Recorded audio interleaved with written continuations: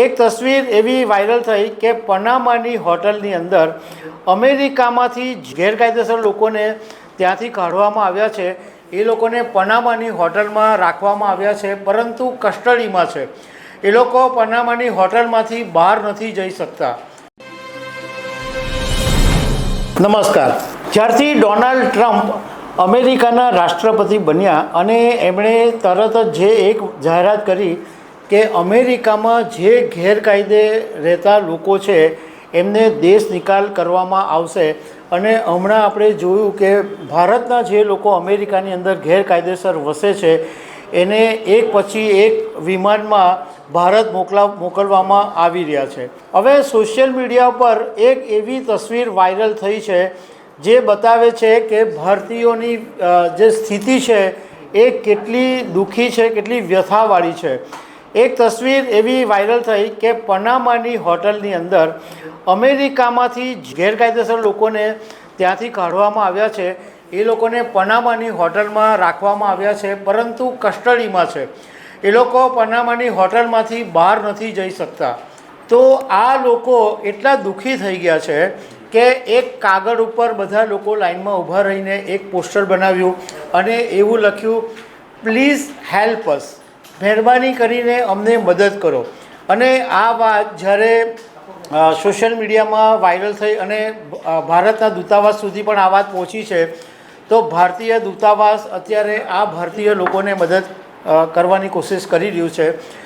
આ હોટલની અંદર 300 લોકો છે, એમાં ભારતના બી છે, પરંતુ શ્રીલંકા, પાકિસ્તાન, અફઘાનિસ્તાન એવા સિવાયના જે બીજા દેશના લોકો છે એ પણ છે. હવે અમેરિકાએ એવું કરવા માંડ્યું છે કે અમેરિકા અને પનામા વચ્ચે એક સંધિ થઈ છે, એક કરાર થયો છે કે અમેરિકાની અંદર જે ગેરકાયદેસર લોકો વસે છે એને પનામા મોકલી દેવામાં આવી રહ્યા છે અને પનામાની અંદર એમને રાખવાના, અને ત્યાંથી પનામાથી જે તે દેશના જે લોકો હોય એમના દેશમાં એ ત્યાંથી રિટર્ન થઈ શકે. અને આનો હોટલમાં રહેવાથી માંડીને બધો જ ખર્ચો છે એ અમેરિકા ઉઠાવી રહ્યો છે. પણ નવાઈની વાત એ છે કે આ જે 300 લોકો છે એમાંથી ઘણા બધા ભારતીય પણ છે, અને એમાંથી 98% લોકો એવા છે કે જે લોકો એમના દેશમાં પાછા ફરવા નથી માંગતા.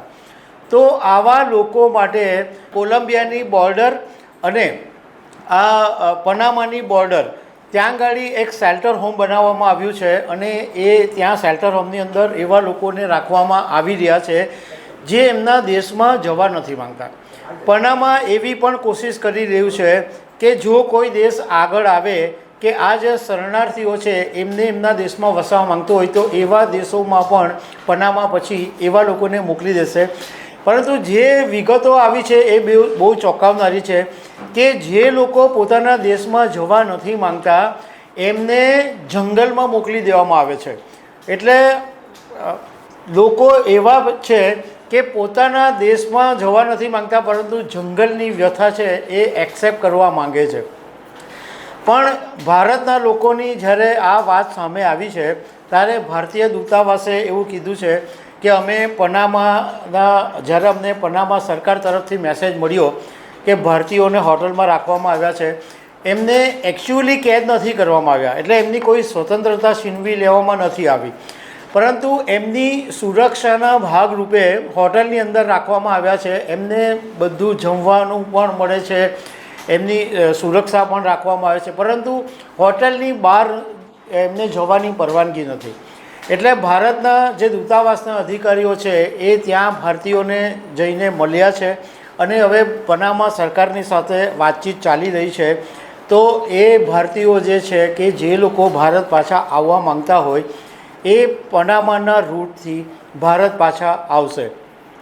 હવે આ પનામા છે એ અમેરિકામાં આવેલો એક ટ્રાન્સકોન્ટિનેન્ટલ કન્ટ્રી છે, ટ્રાન્સકોન્ટિનેન્ટલ દેશ છે જે પનામા રિપબ્લિક તરીકે ઓળખાય છે. અને એની જે સરહદ છે એ પશ્ચિમની અંદર કોસ્ટારિકા, દક્ષિણ પૂર્વની અંદર કોલંબિયા, ઉત્તરમાં કેરેબિયન સાગર અને દક્ષિણની અંદર પ્રશાંત મહાસાગરને મળે છે. પણ અત્યારે પનામા જે છે એ અમેરિકાની સાથે એક બ્રિજ તરીકે કામ કરે છે બીજા દેશોની સાથે.